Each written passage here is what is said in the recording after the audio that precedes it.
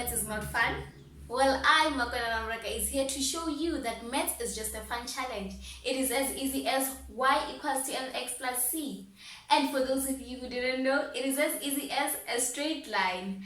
So right now, it is the time for you to grab a paper, a pen, and a calculator and come learn maths with me.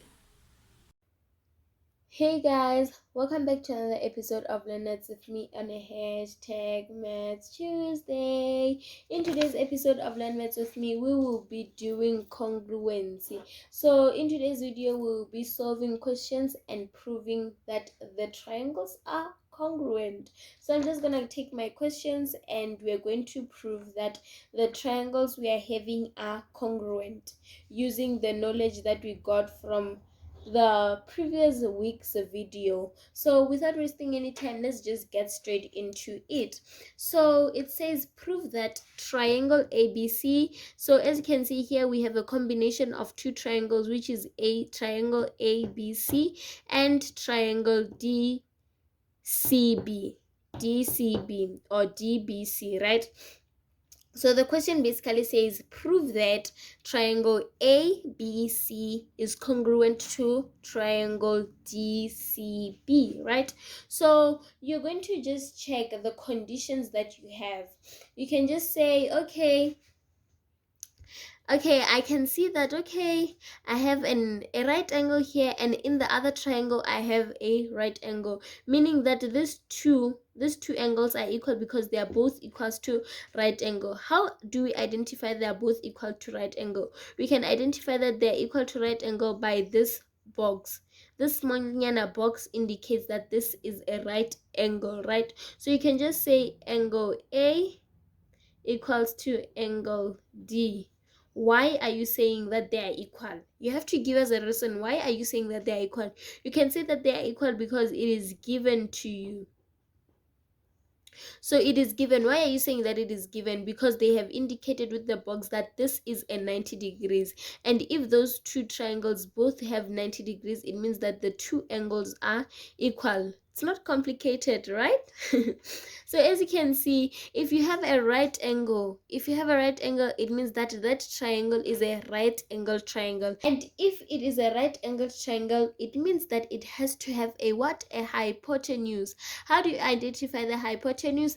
The hypotenuse is always opposite the right angle. Yes, you got it. So here is your right angle.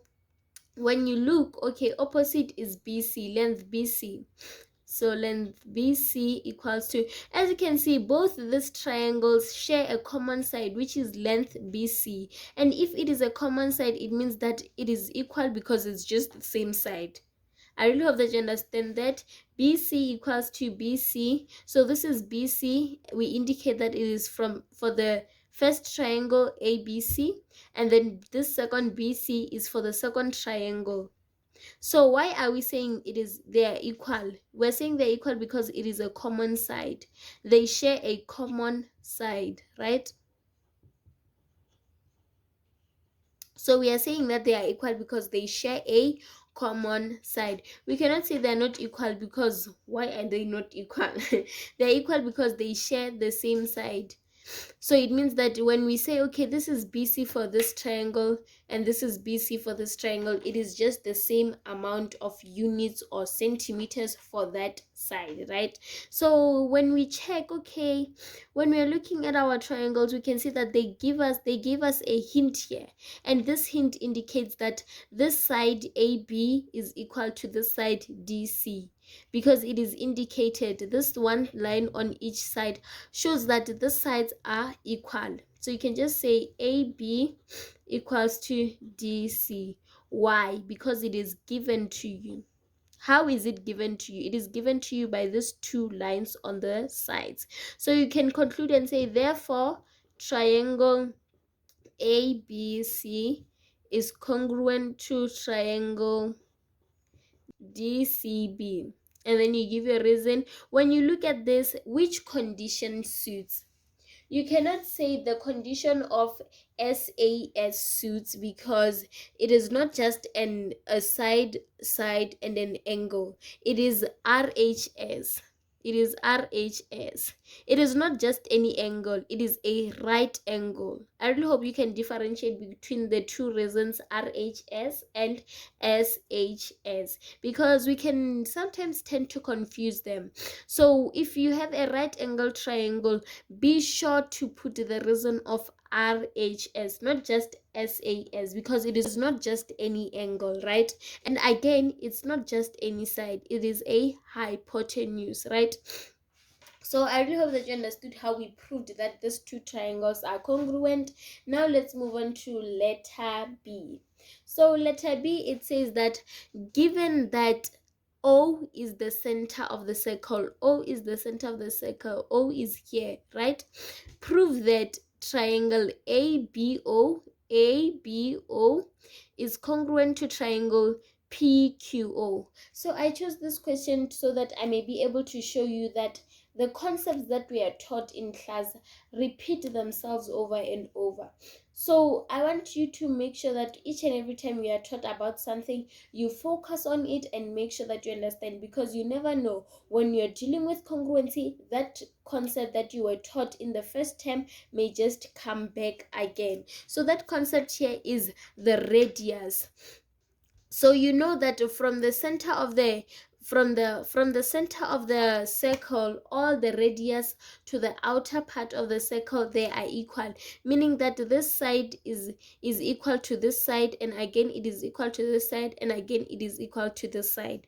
Why are we saying that they are equal? They are equal because they are all from the center of the circle to the what? To the outer part of the circle. So now it means that you can prove by sides or also by angles, right? So now we're going to prove by using sides and angles, right? So now you're going to check the corresponding sides, right? You're going to say AO, side AO is equals to side, its corresponding side is equals to side OP. Why? Because it is the radius of the circle. All radiuses of the circle are equal.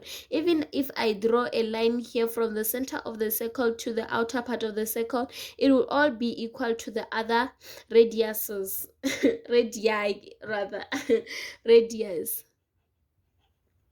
So now you have proved that okay, these sides are equal. You can just prove again with the other side, which is BO equals to OQ. Why? It is the same reason as radius, right? Okay, let me just write in capital letters. So when you check, in the previous videos I taught you something about vertically opposite angles. This is why I say you should always make sure that when you're taught something, you understand fully and thoroughly, right? So in the previous videos you were taught about vertically opposite angles, meaning that here you can easily identify angles that are vertically opposite and use them to prove what? Use them to prove congruency. So you can see that okay, angle O2 is vertically to opposite to angle O4, meaning that these two angles from these triangles which are corresponding, they can be equal because they are vertically opposite angles, right? So you can just say O2 equals to O4. Why? Because they are vertically opposite angles.